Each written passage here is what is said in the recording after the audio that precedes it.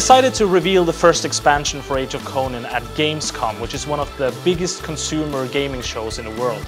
Not only did this give us a good opportunity to showcase the expansion to the hundreds of journalists from all over the world who attend the show, but it also gave us the opportunity to show the expansion to the over 200,000 gamers who also dropped by the show.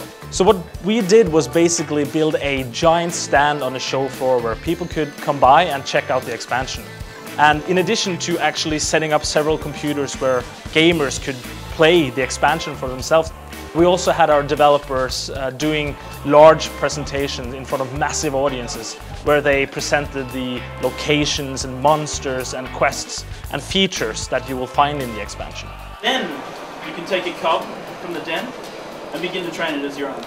And you have to teach it to kill, you have to teach it to stalk, and you have to teach it to hunt. Being there at Gamescom also allowed our developers to see the reactions from the gamers as they first experienced the expansion, and I think that feedback that we got there from the gamers themselves has proven very, very valuable to us.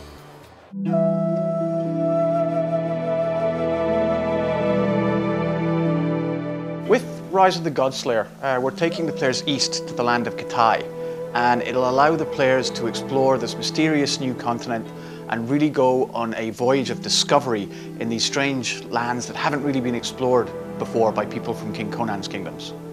It's about bringing the principles of Conan to a completely new setting, the Oriental setting. It's about involving players in a completely new story far away from the place where they began their journey. Far to the east, beyond the devil-haunted towers of Zamora and the wind-tossed waves of the Vilayet Sea, lies the vast empire of Kitai, my empire.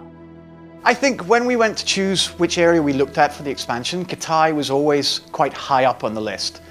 While we always try and base things in Howard's original writings, Howard only mentions Kitai a couple of times, and so we were looking through the stories trying to figure out where we should set an expansion, but then the team came up with a great storyline, taking one of the original Howard stories, The Tower of the Elephant, and how it ties in to Kitai and how we can tell a really great Conan story in that setting. It begins with Conan 25 years ago. He killed the elephant in the tower as an act of mercy, but it unleashed chaos on Kitai.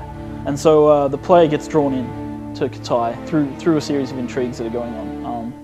And then the player basically will have to find out why the people of Kitai hate Conan so much and then try to rectify that situation. Or if they choose not to, they don't have to either. They can do other things. There's many, many threads, many, many storylines, of course. In addition, this time round with the storytelling, we're trying to use some additional techniques, things like visual storytelling, so that the players will see events that happen in the playfield that give little pieces, bits and pieces of the story as they go along that isn't just from the great dialogue, voice acting and quest text. In Kitai, we've done several things along those lines. I think the common one that everyone's seen is the Conan effigy being burned, but there's much more along those lines. We have meteorites falling from the sky, and when they explode open, there's demons inside. We have, changes of the guard on the Great Wall. We have different events everywhere, which will hopefully bring the world much more to life as well, but also tell parts of the story as you go.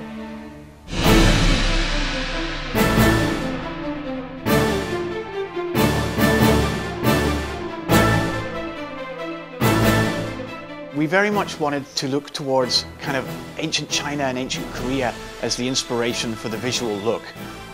It was something we didn't want to use the Japanese influence, as we felt that's been used quite a lot in games, and we wanted to do something a little bit different.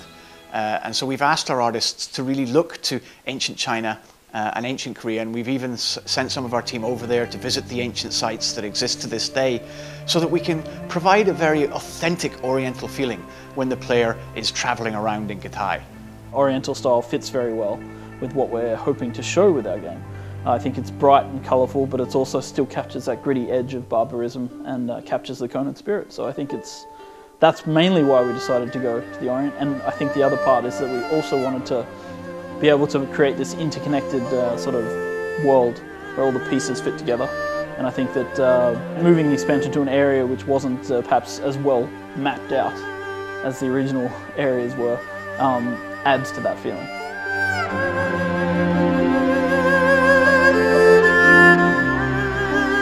The players will find a lot of new content. There's going to be 5 massive new playfield regions, all with associated dungeons, and in the final playfield with endgame raid content. So there's going to be a whole lot, literally hundreds of hours of new quests, encounters, dungeons for the players to explore. So they can look forward to a lot of great new things to see and do when they get to explore Katai. We've added new exploration mechanics for people, you know, things like buried treasures, things to find in the playfield, shrines to pray at. Obviously there's new mounts, new enemy types, there's a whole new type of combat system with the alternate advancement. We've added new types of NPC abilities, which means that NPCs fight in different ways and players will have to be strategic in the way they approach things, to say the least. With the new mounts that we're adding in Rise of the Godslayer, we very much wanted to do something a little bit different. And we wanted to do it in a very Conan-esque way. And I think what the team have come up with these new epic quest lines where the player actually goes out, finds a cub and rears it as their own pet over time before it can finally become a mount, is really something that the players are going to find very interesting.